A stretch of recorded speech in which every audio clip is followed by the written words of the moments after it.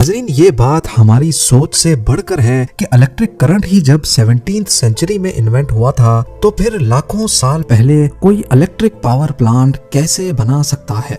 ये ऐसा ही है जैसे पेट्रोल की इन्वेंशन से पहले कोई गाड़ी बना ले या फिर टेलीफोन की इन्वेंशन से पहले स्मार्टफोन। आज हम चाइना में हुई दो ऐसी डिस्कवरीज के बारे में जानेंगे जो पॉसिबल तो सिर्फ आज की दुनिया में है, पर असल में इनको हजारों साल पहले बनाया गया था। सबसे पहले हम बात करेंगे तिब्बत की। तिबेटन प्लेटो हिमालयाज के नॉर्थ में वाक़ चाइना का एक ऑटोनोमस रीजन है। यहाँ दुनिया के ऊंचे तरीन पहाड़ हैं, इसी वजह से अक्सर इसको दुनिया की छत यानी रूफ ऑफ द वर्ल्ड भी कहा जाता है। 1937 में तिब्बत के पहाड़ों पर एक आर्कियोलॉजिकल एक्सपीडिशन हुआ था जिसको आर्कियोलॉजिस्ट ची पू टाई लीड कर रहे थे। उनको वहाँ एक गार के अंदर से 716 ग्रेनाइट की डिस्क बरामद हुई, जिनमें से ज्यादातर गार के अंदर दफन हुई पड़ी थी। हर डिस्क का डायामीटर 9 इंच था। ये 1 इंच मोटी और उनके ठीक सेंटर में 1 इंच का परफेक्ट सुराख हो रखा था। इन डिस्क की सफाई करने पर मालूम पड़ा कि इनके किनारों पर कुछ ना समझ आने वाले कैरेक्टर्स लिखे हुए हैं। पत्थरों पर कार्व्ड हुए कैरेक्टर्स करीब 12,000 साल पहले लिखे गए थे, पर आर्कियोलॉजिस्ट के लिए सिर्फ ये डिस्क ही हैरत का बायस नहीं बनी। उनको गार के अंदर स्टार्स का एक एडवांस्ड मैप भी बना हुआ दिखा और कुछ छोटी साइज की कब्रें भी, जिनके अंदर इंसानों जैसे छोटे छोटे स्केलेटन्स दफन थे, पर उनके सर जरूरत से ज्यादा बड़े थे। यहाँ आखिर क्या हुआ था, ये ठीक से जानने के लिए इन 12,000 साल पुरानी डिस्क पे लिखे कैरेक्टर्स को डीकोड करना बहुत जरूरी था। 20 सालों तक मेहनत करने के बाद जब ये गुत्थी सुलझ ना सकी तो ये पत्थर प्रोफेसर सुम ओम नोई के हवाले कर दिए गए। प्रोफेसर ने इन पर 4 साल तक रिसर्च की, तिबेटन प्लेटो में रहने वाले कबीलों से मदद मांगी और आखिरकार वो इन कैरेक्टर्स को डीकोड करने में कामयाब हो गए। ये लिखाई यहाँ रहने वाले किसी कबीले ने 12,000 साल पहले लिखी थी। इसमें एक ऐसे एयरक्राफ्ट का जिक्र था जो आसमान से आकर यहाँ पर क्रैश हुआ था। क्रैश के दौरान इसमें बच जाने वाली मखलूक के बारे में भी बताया गया था, जिनका नाम कबीले वालों ने ड्रोपा मेंशन किया हुआ था। इन 716 डिस्क में ये भी लिखा था कि पहले हम डर के मारे गार में छुप गए, लेकिन फिर हमें महसूस हुआ कि आसमान से आने वाले ड्रोपा किसी गलत इंटेंशन से यहाँ नहीं आए। वो वापस नहीं जा पाए और यहीं बसना शुरू हो गए। सुम ओम नोई ने अपनी ये रिसर्च 1962 में पब्लिश की, लेकिन इस पर किसी ने ज्यादा अटेंशन नहीं दी।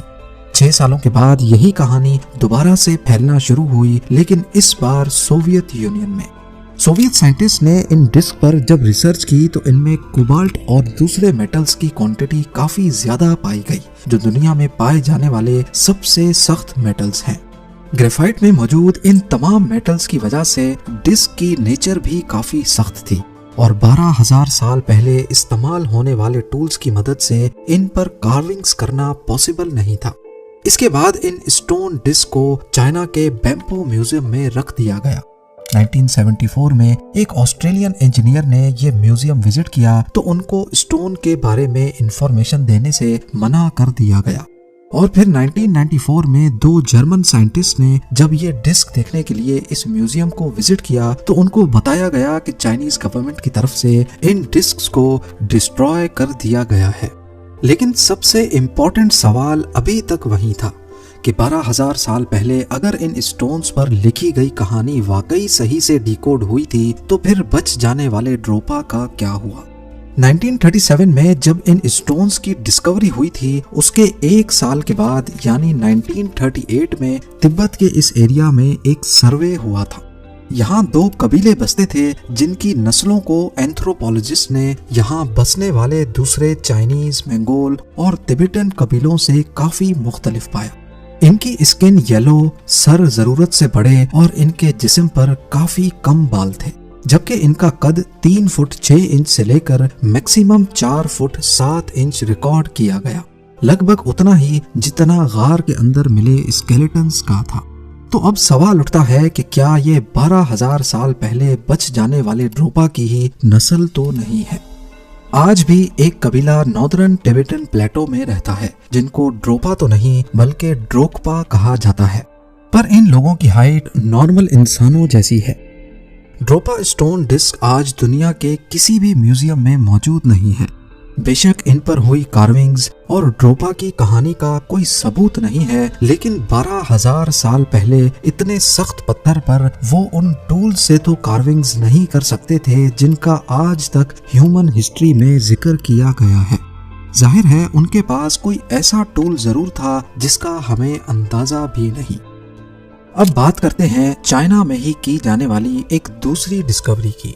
1996 में चाइनीज आर्कियोलॉजिस्ट को 1.5 लाख साल पुराना एक ऐसा पिरामिड नुमा पहाड़ मिला जिसके अंदर मौजूद एविडेंसेस ये इशारा देते हैं कि ये उस वक्त का इलेक्ट्रिक पावर प्लांट था। जी हाँ, चाइना की किंगहाई प्रोविंस में लेक टूसू के साउथ में माउंट बाइगोंग नामी पहाड़ है। इस पहाड़ के अंदर एक गार है जहां आर्कियोलॉजिस्ट ने ये हैरान कर देने वाली डिस्कवरी की।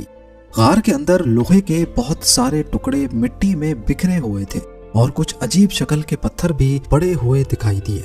ना सिर्फ इतना, कहानी में ट्विस्ट तब आया जब उनको लोहे के पाइप्स नजर आए जो पहाड़ के अंदर जा रहे थे।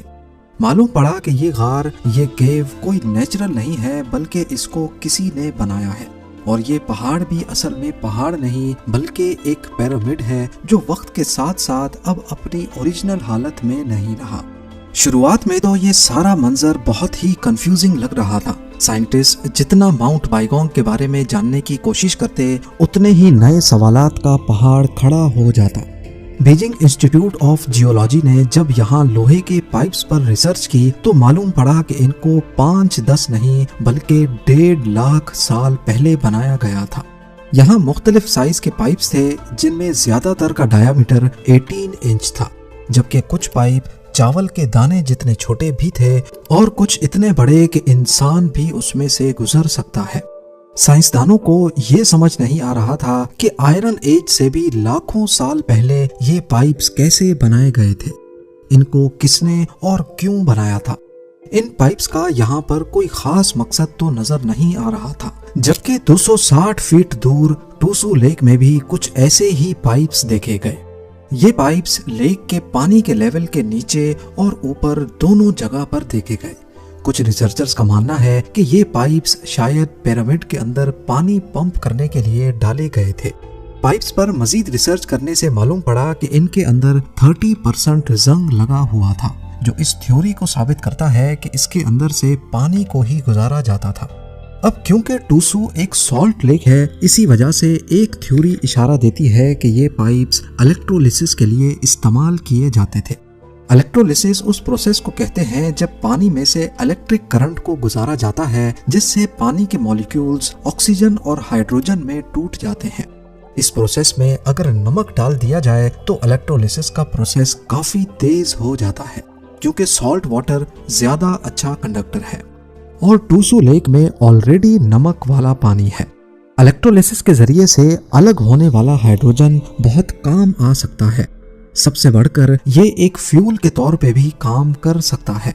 इसके अलावा पाइप्स के अंदर सिलिकॉन डाइऑक्साइड भी मिला जो कि नॉर्मली कॉर्ड्स के अंदर होता है, और कैल्शियम ऑक्साइड भी जो कि क्विक लाइम कहलाया जाता है। ये बहुत ही कमाल के मटेरियल्स हैं। जैसा कि कॉर्ड्स के ऊपर अगर प्रेशर डाला जाए तो ये इलेक्ट्रिसिटी जनरेट करता है। इसको पीजो इलेक्ट्रिक इफेक्ट कहते हैं। एक्सपर्ट्स का ख्याल है कि 18 इंच मोटे पाइप में से जितना पानी गुजरता होगा उसके वजन से कॉर्ड्स इलेक्ट्रिसिटी जनरेट करता था। याद रहे कि इजिप्ट के पिरामिड्स भी इसी तरह पानी के एक बहुत बड़े एक्वाफर के ऊपर बने हुए हैं। गीजा पिरामिड्स में भी कई जगह से कॉर्ड्स और मेटल के पाइप्स मिल चुके हैं। फेमस साइंटिस्ट निकोला टेस्ला ने भी इन्हीं असूलों की बुनियाद पर वार्डन क्लिफ टावर बनाया था।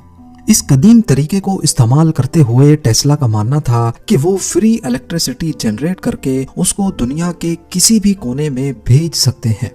लेकिन जब टेस्ला अपने प्रोजेक्ट को कंप्लीट करने के बहुत करीब थे तो इन्वेस्टर्स ने उनका साथ छोड़कर ऑयल में इन्वेस्ट कर दिया। माउंट बाइगोंग के पाइप्स में जो क्विक लाइम मिला था ये बेसिकली पानी के साथ रिएक्ट करके हीट प्रोड्यूस करता है, पर जब इसमें से पानी निकाला जाए तो ये वापस अपनी ओरिजिनल हालत में आ जाता है। यानी माउंट बाइगोंग में एक इलेक्ट्रिसिटी प्लांट होने के सारे सबूत मौजूद थे। इसमें मौजूद पाइप्स पानी पंप करने के लिए, कॉर्ड्स जो कि इलेक्ट्रिसिटी बनाता था, ये इलेक्ट्रिसिटी पानी में से हाइड्रोजन और ऑक्सीजन को इलेक्ट्रोलिसिस के जरिए अलग करती थी, क्विक लाइम जो कि पानी के साथ मिलकर प्रेशर जनरेट करता था। ये प्रेशर कॉर्ड्स पर मजीद प्रेशर डालता और ज्यादा से ज्यादा इलेक्ट्रिसिटी पैदा हो सकती थी।